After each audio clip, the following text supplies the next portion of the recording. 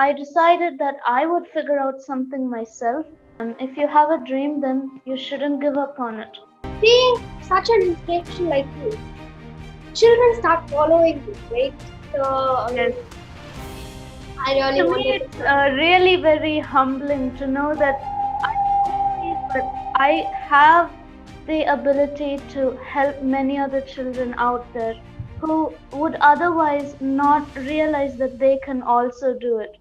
So, this experience is very humbling to me, and I really love getting interviewed by people to share my experience and help other children as well. Yeah, definitely, because you are an already an inspiration, and if children start watching you more, they start becoming like you, and that's what everybody wants.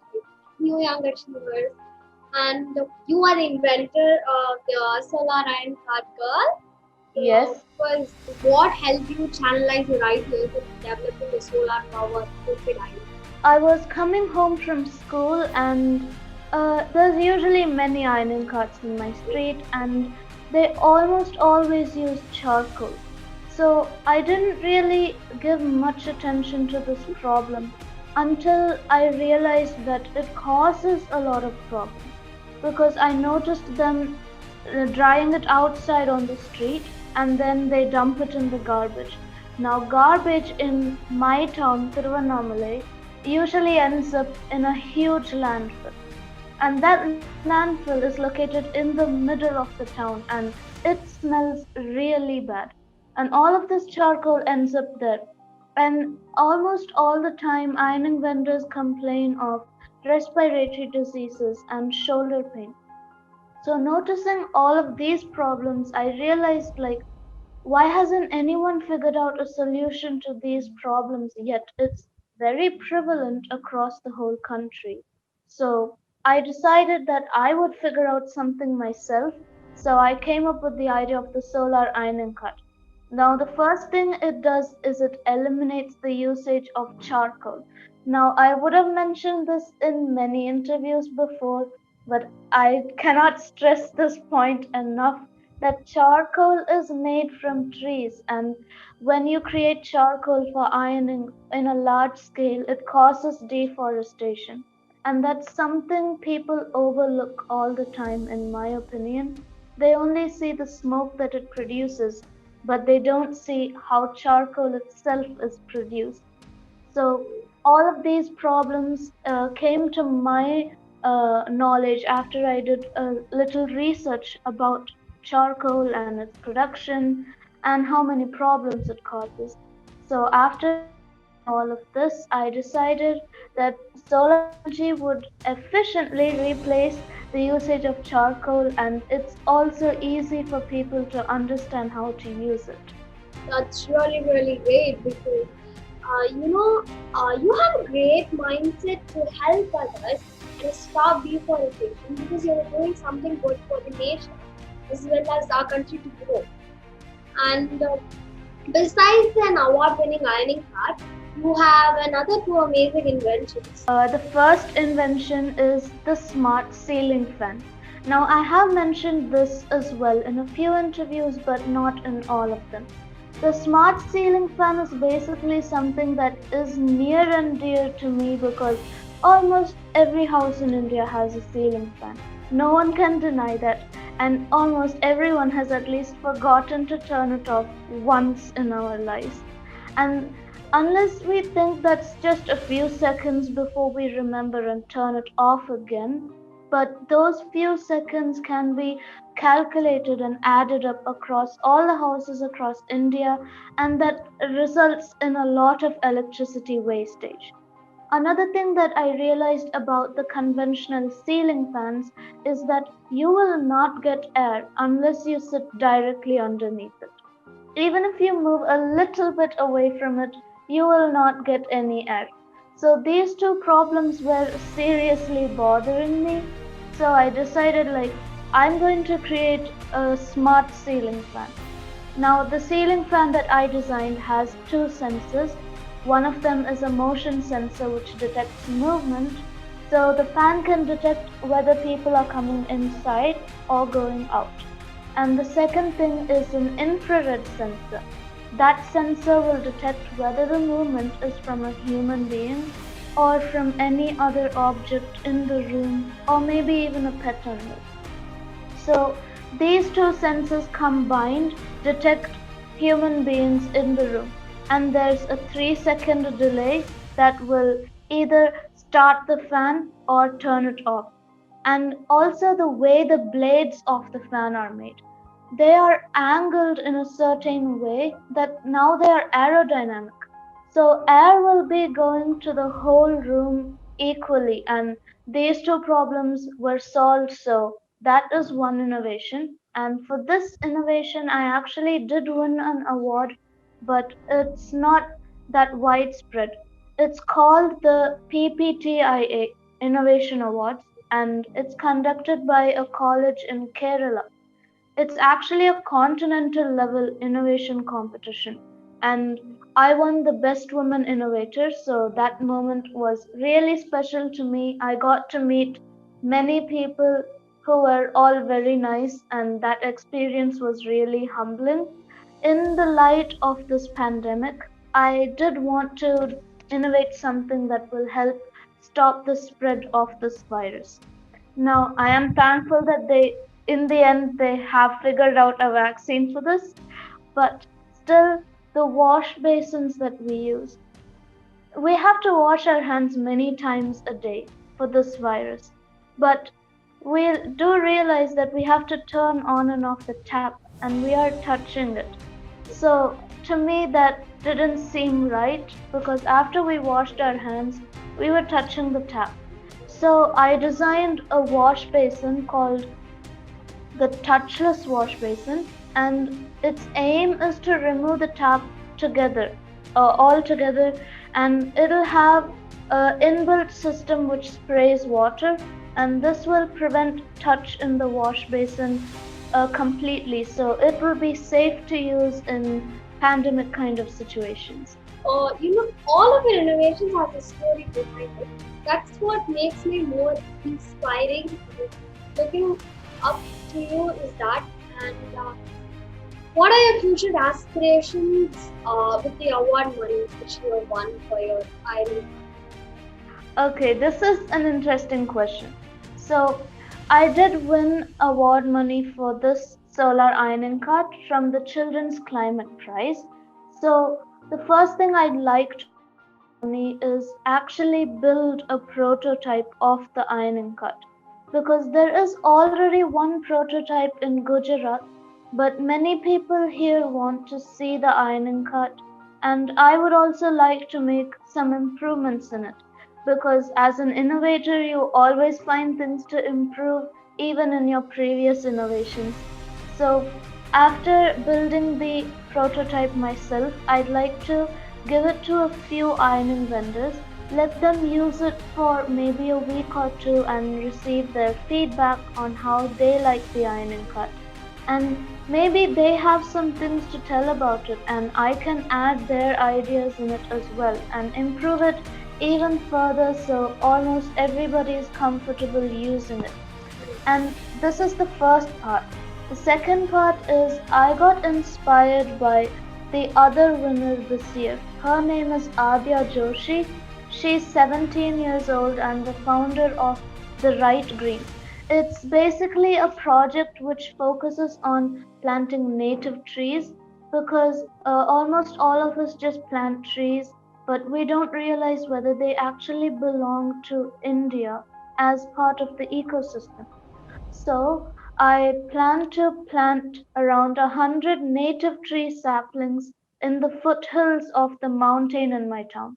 You have mindset to think about the rest of the world too, because mainly India now is a busy world and everybody is focusing on their work. But you, especially at a very young age, doing this as a cause, I really appreciate you for that.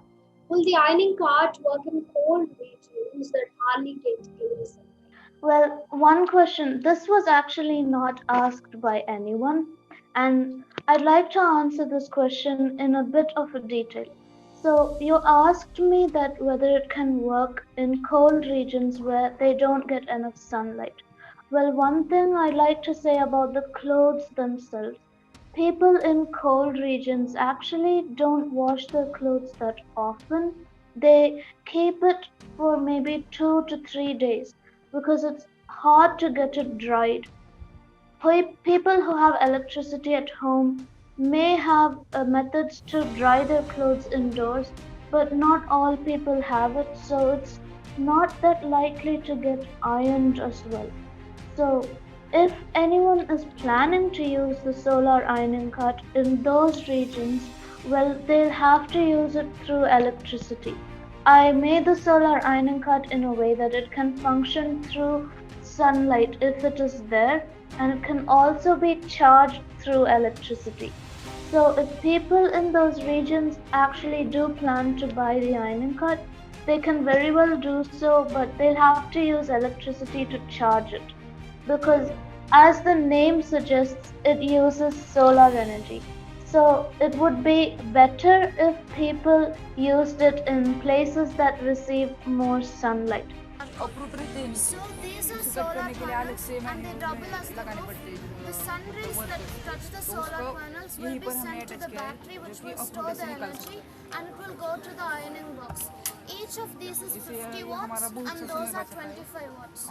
The total storage capacity of the battery is 12 watts and the iron box has 120 watts of electricity. So through this I am hoping that we will eliminate the use of charcoal and totally stop cutting trees for this, and it's just a one-time investment, so we don't need to use charcoal and eliminate hazards that ironing people face because of this. Corporates churn out tons of pollutants. So, do you visualize developing any such sustainable inventions in future to reduce the corporate waste that contribute to global warming? Well, this is an interesting question. One thing I do agree on, the factories and corporates always releasing tons of pollutants into the air and water. While I do want to do something to prevent that, it's probably going to take a lot of time for me to visualize an idea. As factories on a large scale, they actually do have innovations to prevent pollutants from entering the air or water. The problem is they are too expensive even for factories to use them. So, if in the future I do decide to innovate anything like that, I will try to make it more affordable. Okay, thank you. And apart from creating new stuff, inventing stuff, what are your other hobbies? What do you usually do at your house as a normal child? Well, I like to mention again, I'm 14 years old. Many people tend to forget that. So, as a 14-year-old, I do things any other 14-year-old would do. So, first, I do like to listen to music. Music is one of my favorite pastimes. I listen to it when I'm happy or when I just feel stressed because managing studies and competitions and interviews at the same time can sometimes become tiring, and Yes. especially during exams. All of this actually started when I was having my term tests. Apart from listening to music, I also love to play the piano. I actually have an electronic keyboard and I play it almost every weekend. So these are the several things I do apart from innovation. That's great. Because you are right. Managing studies, which is another side, and managing what we're doing right now can be tiring sometimes, but we really need to plan. So, what to actually do to manage both your studies? You have competitions, you have your own innovative ideas, you have to work on that, and you have to do it. I mean, you give interviews too. So, how do you manage time?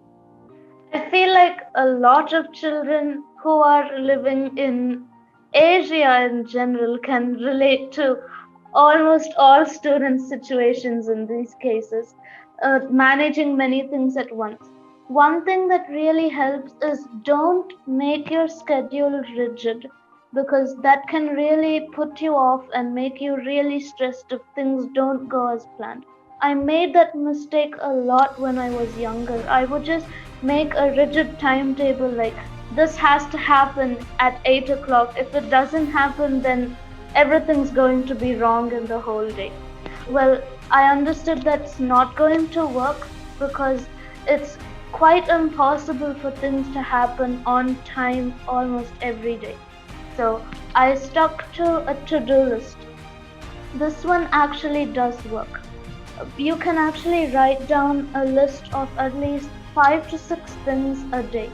Don't write more than that because otherwise it will become overwhelming.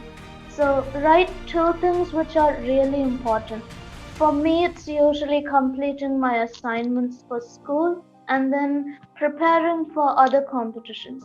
And after the solar iron got popular amongst the science community, I've also been preparing many presentations for people and explaining about the ironing cut. So all of these things come under my priority. Apart from these things, I just note down stuff like completing classwork or maybe another drawing or two that I need to submit for some competitions. All of these just come under a to do list. And the good thing about the list is it doesn't have a timing. So you can do it whenever you want, and you won't be stressed out if it doesn't happen at a particular time in a day. So I would recommend if anyone wants to schedule your work out there, don't add timing to it. Just write a list and make sure at the end of the day you somehow complete it. This will help. Do not do a timetable, it never works. That's, thank you for sharing the tip because I think now I also realize why I don't finish my football on time. Because I do have a timetable stuck on my right wall chair. And I'll try to follow the to-do list now so that I can finish it. So you have achieved a lot of work. So which one is your most favorite? And you felt like, oh my god, I'm very proud of myself right now. So is there any award which made you very Uh, proud? there are many awards which have made me proud and happy at the same time. I was especially, I would say that most of the awards make me happy because ever since I innovated the solar ironing cart, many competitions have taken notice of the idea. So the first award that I won was a national award, and it's called the Ignite Awards. And I received the award from the former president Pranab Mukherjee. So I would say that receiving an award from the former president was really good for me because I never imagined I would meet someone as important as him and as a person of high authority. I never imagined it. It was really amazing to meet him and receive the award from him. I actually couldn't believe it when my name came on the list when it was announced. So I would say I really love that award and it has a special place for me. That's actually really great, and I was also in shock. That, oh my God, she got an award from the former president, and I was very excited. Oh, I'm waiting for you here, and still waiting today, and that's really good. And you have many more to achieve. All the best for that, and Yes. Thank congratulations you. for the award. So there could be many children to follow you. Uh, So please give a message for them for the next generation and the strategy they need to develop to save the planet. Because you yourself are doing so many things to protect the earth. So please, Yes. One thing I like to say is it really doesn't matter which generation you're from or which age you are. One thing many people forget is to believe in themselves. They tend to idolize someone else who is better than them or famous in the world as a celebrity, or they forget that they can also do it. So, one thing I'd like to say, if I put it in words, is believe in yourself. It doesn't matter what other people think at all. They may not see how your idea is, and they won't realize how important it means to you because you created the idea. Even when I initially created the solar ironing cart, many of my classmates didn't really think it was the best idea or that it would have a global effect, but in the end it did, and I really cannot say much about the innovation to everybody because, as you might know, that it's under patent, which is one reason why I can't reveal the speciality of the ironing cut. Once it's out, I will definitely clarify any doubts about that. And coming back to the message, believe in yourself. What others think of you is completely irrelevant. It doesn't matter which field you choose. It can be innovation, it can be music, it can be art, it can be literature, it can literally be anything in the world. Just make sure you like what you're doing. Because people initially will criticize you, there is no escape from that. But once they see how well you're doing in that field, they'll definitely come back to appreciate you and most likely will regret what they said at first. So keep going forward, just learn knowledge around what you think you want to do and develop your own unique set of skills. You'll definitely achieve success at any point in your life. It's never too late to become good in which field you want to become. So true, because when I initially started this channel, I was being told that are you not, I mean, you're not so mature to have a YouTube channel at this age. Anybody can have a channel. If you post a video on YouTube, you're going to be a YouTuber. That does not make any sense. But then people came back to me, told that, oh my God, you're doing so good. So things does change in your life. So please Yes. don't get worried that you're being bullied, because that does not is not going to create any impact in your life, or it's not going to create any impact in what you're doing. So that I think that's going to be the take back from today's video. And Yes. thank you so much for being here. It really means a lot to me interviewing such big personalities like you, because uh, I'm I'm taking a lot of lessons back from what I have learned today, which I personally like learning from others. And you are a Thank you. huge inspiration for the other children too. I And really hope that people who watch this video will take away some important lessons that I have told.